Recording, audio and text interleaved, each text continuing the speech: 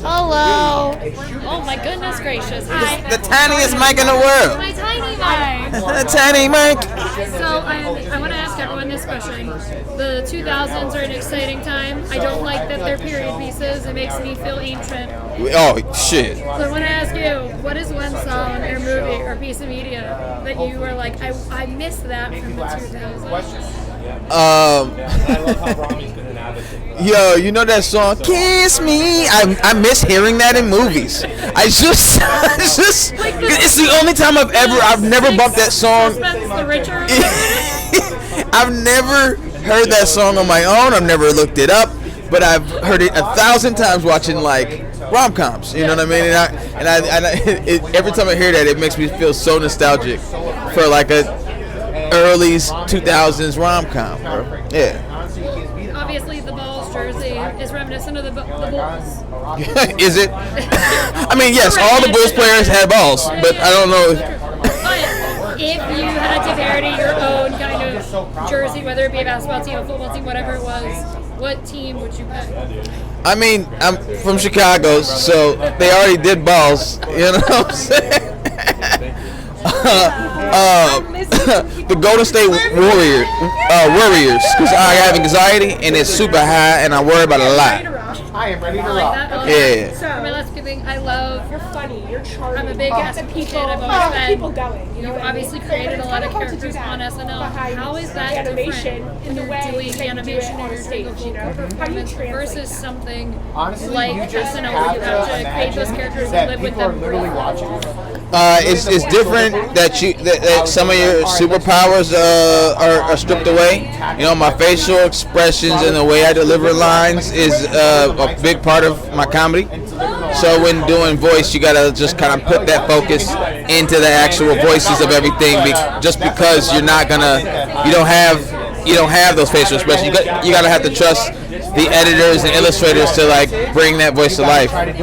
So that's the difference, but I like it. It's a different kind of process, but it's an exciting one. Thank you so much for having me. I can't wait for everyone else to get to see the show.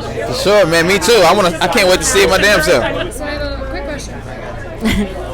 If you had to bring something back from the 2000s that you've missed, in media, music, whatever it is, what would it be? The Rent. Babe, The Rent in the 2000s was it, okay?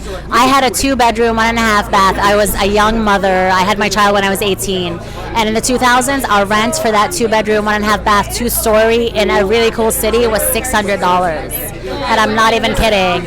I was able to only work 10 hours a week and write books. That's what my true passion is. And so, yeah, if I could bring something back, it would be that.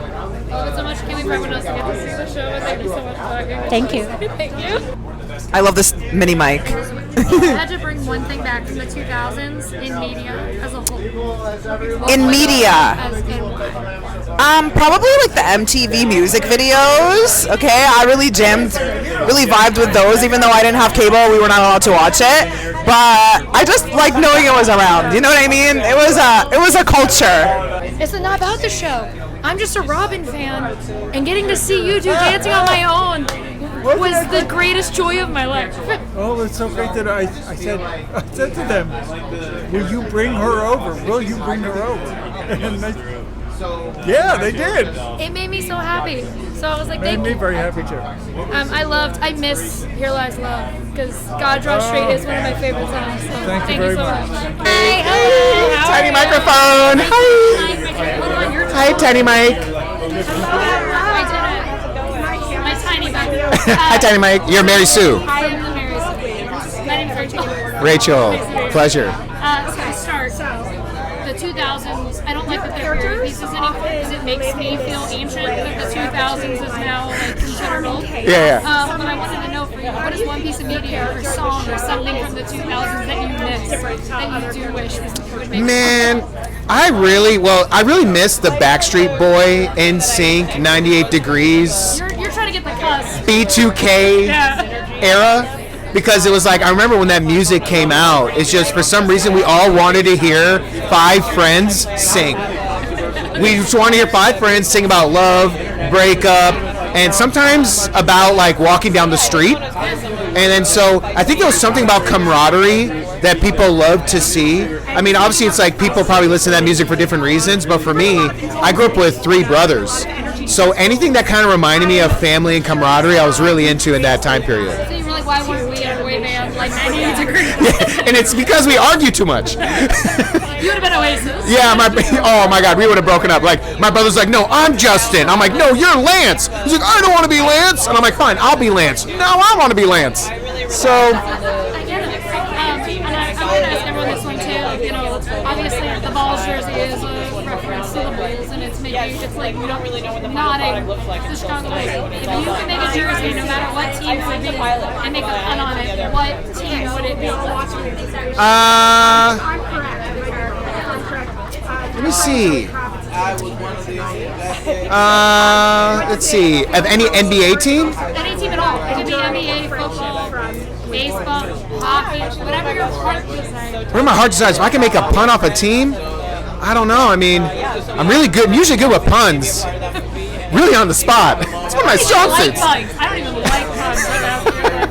Yeah, probably the Dallas Fabrics, and they're really less about basketball and just more about fashion. Yeah, I love it. For our last big thing, a show like this, what is for you the best part about the freedom of an animation performance where you just get to work on your vocal performance and build a character in that way versus something that's live action? You know what's interesting? I actually treated this like it was live action.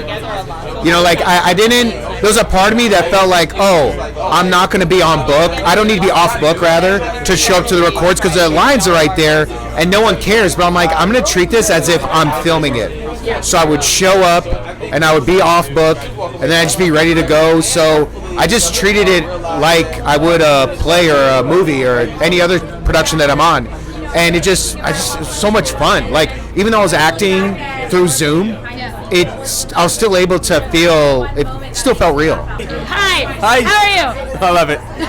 So I'm asking everyone this question. Yes. This show makes me feel old because it's the 2000s and that's not a period piece. I know. But if you had to bring back a piece of media, music, TV show, anything from the 2000s, Ooh. what would you bring back? From the 2000s, I'd probably just want to watch a bunch of the old teams, the old NBA teams. I would want to see I would want to watch the Sacramento Kings and the Lakers in the years 2000 to 2004 play every single night of my life.